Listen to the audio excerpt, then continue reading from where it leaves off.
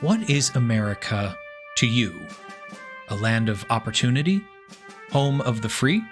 A melting pot? A failed experiment? Being made great? Again? You ask any two people who live in the country, you're going to get two different answers. But that is where the somber beauty lies in 2018's Where the Water Tastes Like Wine. Everyone sees America differently, and even still, everyone sees an imperfect picture.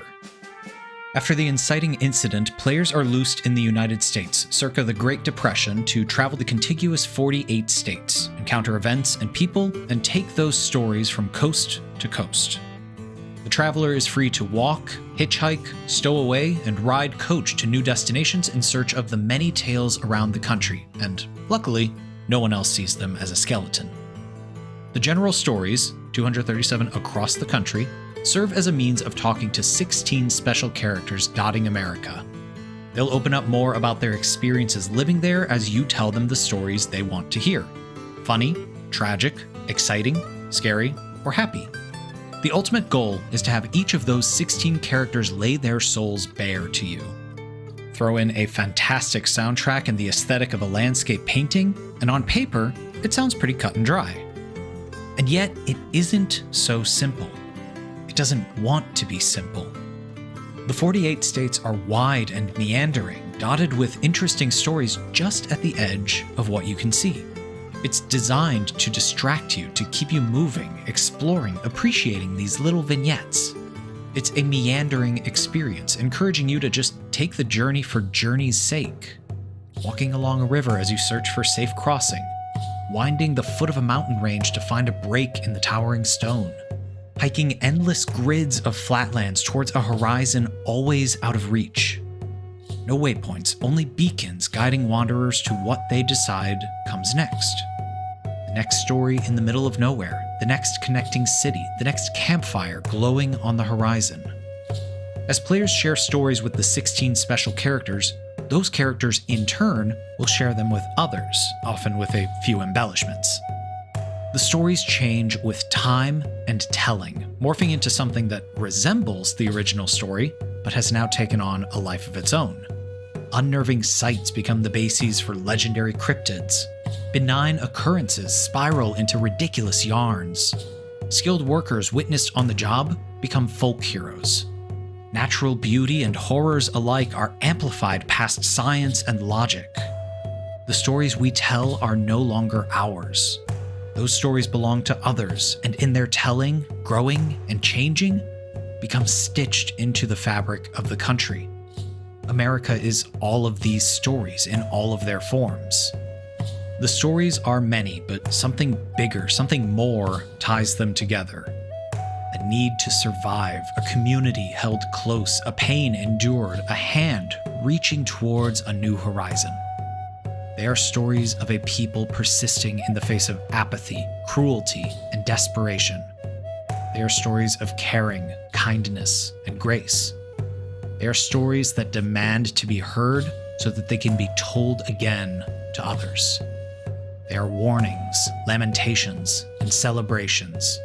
They are the hymns of an imperfect country, capable of so much more. Each of the 16 special characters occupy a unique subset of the American experience. To leave any out of the list is a disservice to the whole, so they include abandoned youth, crippled veteran, Union miner, Vietnam-era hippie, displaced Navajo from the Long Walk, Mexican curandera, cowboy in the age of industry, beat poet, blues musician, migrant worker, Dust Bowl refugee, destitute sailor, gambling grifter, preacher, sharecropper, and black train porter. Each of them provides a different perspective on America given their experience and when they live in it, struggling against the country as it exists.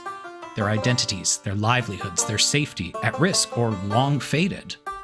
They are the wayward, the forgotten, the American citizenry laid low by how their country has wronged them. And yet, they persevere. They acknowledge that the country is imperfect and they hope it can be better. They hope that they are the last ones to fall through the cracks of the young country still trying to find its footing. From our lofty view 100 years after the Great Depression, we know they aren't. we know the country is still imperfect, cruel, hostile, and self-destructive. I first played Where the Water Tastes Like Wine in 2019, knee-deep in Donald Trump's first presidential term. I played it again in 2025, knee-deep in Donald Trump's second presidential term. Both times, the promise of making America great again rang more like a threat. America has never been great. It is a country founded on the back of slavery at the cost of indigenous populations. It is a country where those with power fight to amass more power, where so many struggle to afford to live, where anyone who isn't white, straight, and Christian is othered by default. There is no greatness to be found in its history, its leadership, in the country itself. Instead, refocus.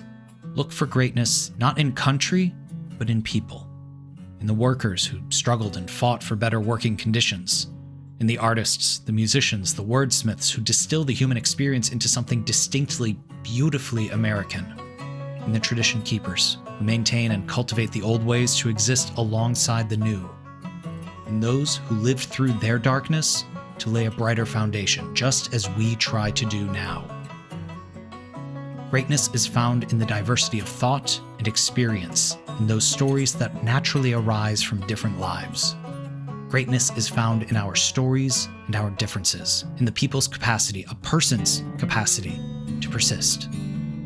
Where the Water Tastes Like Wine dares to remind us that the country was imperfect, is imperfect, that America was never great, but it can be better.